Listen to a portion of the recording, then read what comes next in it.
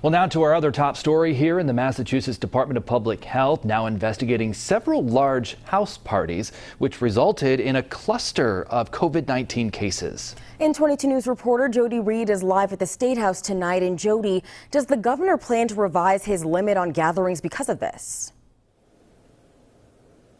That's certainly not off the table. In fact, the governor spent much of his news conference today talking about these clusters and negligent behavior that led to them. Over the last couple of weekends, the Department of Public Health was alerted to several large house parties where people weren't social distancing or wearing masks. Those parties resulted in a cluster of COVID-19 cases, which means that 2 or more people tested positive for the virus but did not live in the same house.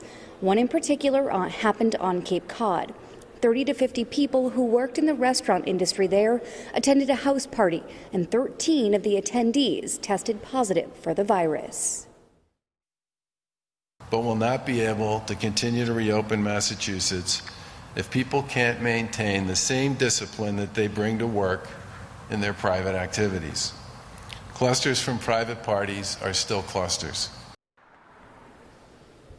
One of the clusters is also linked to Bay State Medical Center, where an employee returned from a hotspot state and did not wear a mask. 23 employees and 13 patients have now tested positive for the virus.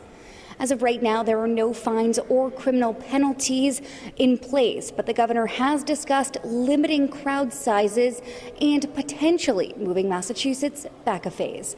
Working for you at the State House in Boston, Jody Reed, 22 News.